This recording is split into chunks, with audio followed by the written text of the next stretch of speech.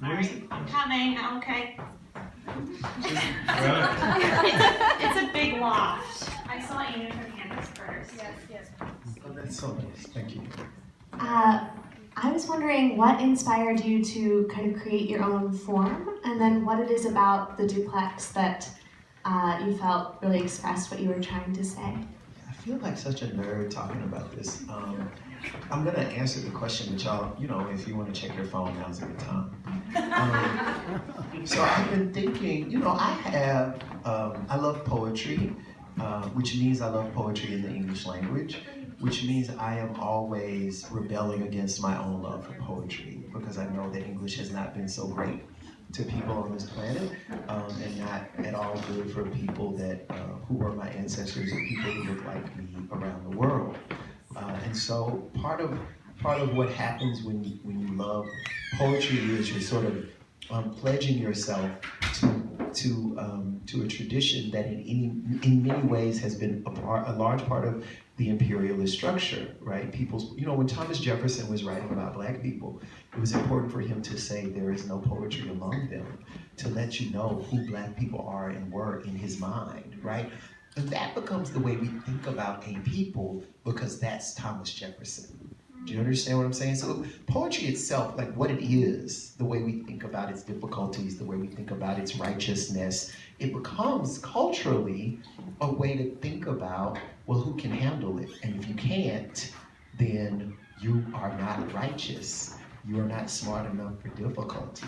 Do you understand what I'm saying? So that kind of thing is what I think about when I'm reading sonnets and falling in love with them. I'm sort of kicking myself at the same time that I'm falling in love. Do you understand? Like Who Sold the Hunt, for instance, which is ultimately a poem about rape.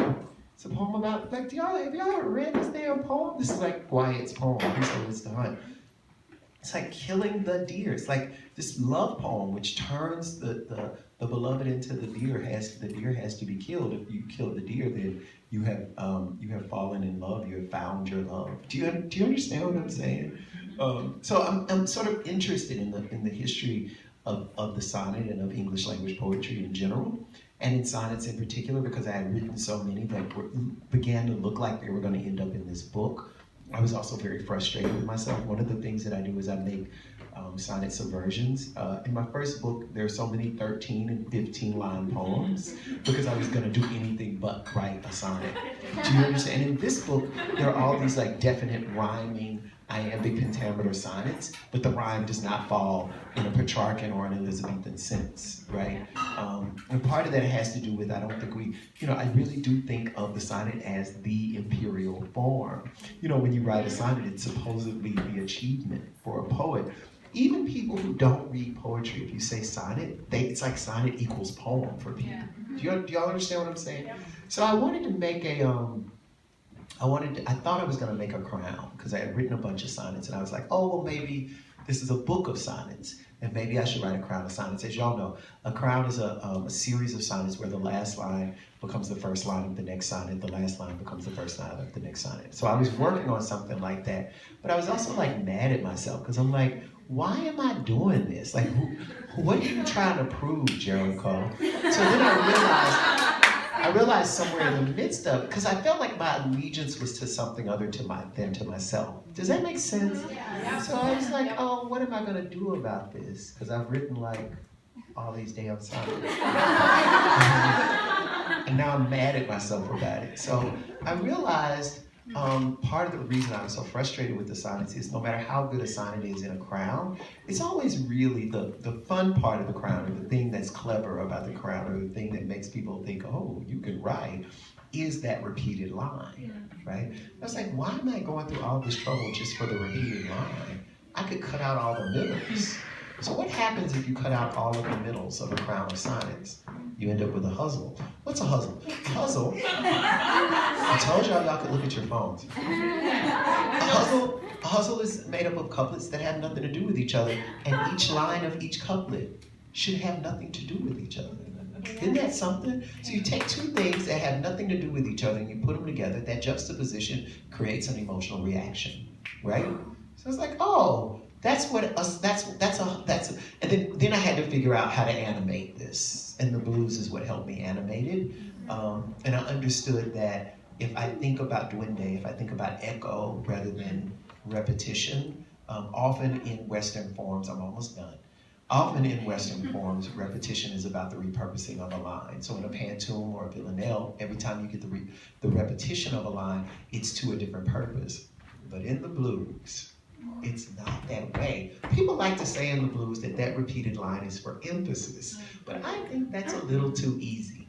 When I say, rock me baby, rock me all night long, rock me baby, rock me all night long, I want you to rock me till my back ain't got no bone. That second line ain't just about emphasis. There's something going on. There's something that happens there. And I use the word duende whenever I can't explain something going on. So people, I mean, if y'all looking for a job, people will give you a job for doing that. Duende and surreal, people like it when you use those words.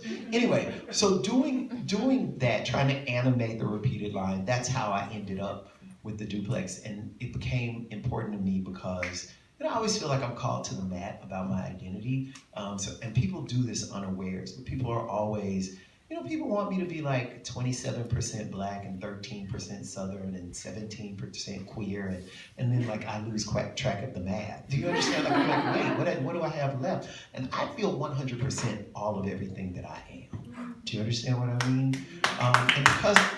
And because of that, I wanted to make a form that was like the vessel of my body. Like I wanted to make something that was sort of, that had all its identities whole.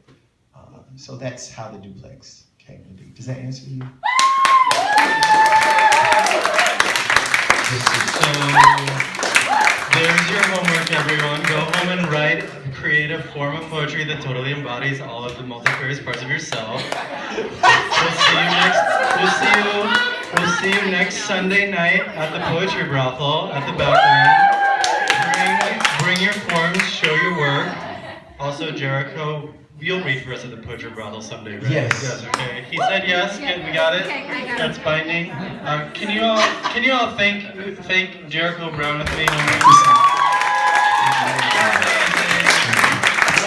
I want to say, I do want to say, can I say a thing? Is that okay? Just write on the thing, buy his book, and have him sign it for you before you leave. You'll be mad at yourself when you leave if you don't do that. Yeah, thank you. Yeah. Can I just say, I want us to give a hand to this. I'm always excited about the fact of independent booksellers, and this person has come all the way from somewhere with books.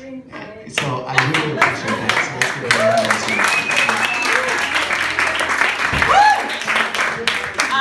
Wow, I can't believe we all just received degrees from Emory University. So that's incredible. That sure beats my degree. No comment. Okay, so yeah, Jericho will be signing books. So if you've purchased a book this evening, feel free to have Jericho sign it. He'll be signing them for like the next half hour or so. In about 20 minutes or so, we're gonna go ahead and kick off our open mic. All of our slots have been taken for this evening, so make sure you stick around for that. And then before we end our evening, there still is liquor to be drank. One more time, let's hear it up for the Dixie Cups. We're gonna read our exquisite corpse from this evening.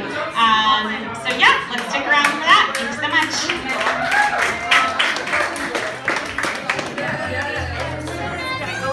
And I'm good with your hot take because